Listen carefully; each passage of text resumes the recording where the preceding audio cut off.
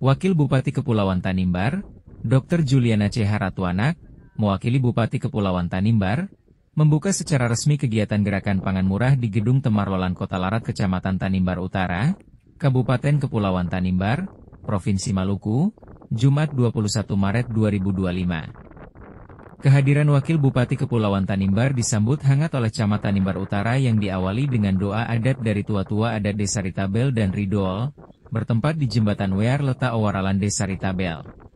Kegiatan Gerakan Pangan Murah yang berlangsung di Kota Larat Kecamatan Tanimbar Utara bertujuan untuk stabilisasi pasokan harga pangan atau SPHP, hari-hari besar keagamaan dan nasional.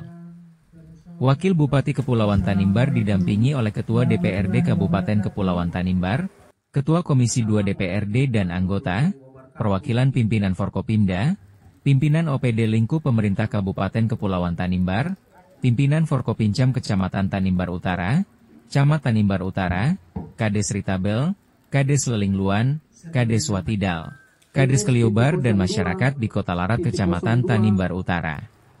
Tidak ada orang yang akan menolong kita kalau kita sendiri tidak berjuang.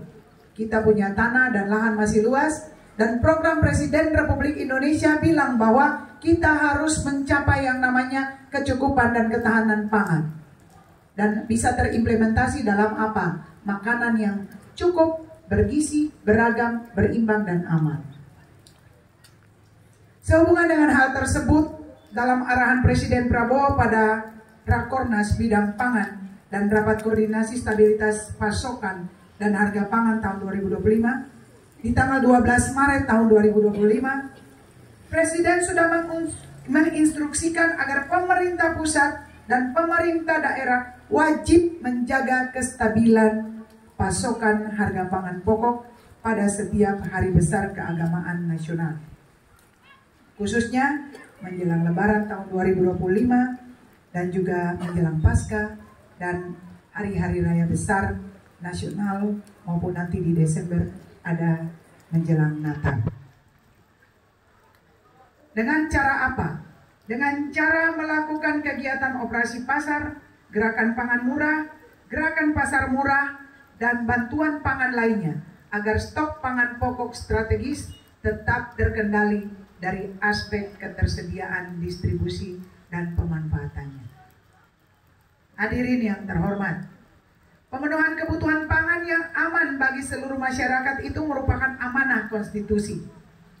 Dalam Undang-Undang 18 tahun 2012 tentang pangan, telah menyebutkan bahwa pangan itu merupakan kebutuhan dasar manusia yang pemenuhannya menjadi hak asasi setiap warga negara dalam mewujudkan sumber daya manusia yang berkualitas untuk melaksanakan pembangunan nasional.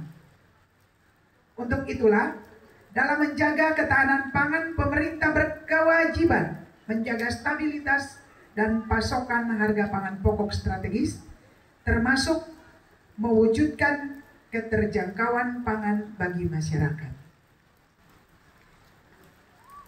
Kondisi faktual belakangan ini telah memperlihatkan bahwa hambatan-hambatan distribusi pangan masih menjadi kendala dalam mewujudkan stabilitas pasokan pangan dan harga pangan.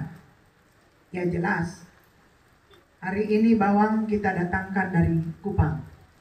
Kalau kita mau lihat Kupang dan kita harus bersyukur karena lahan di tempat kita ini buang kayu, tumbuh pohon.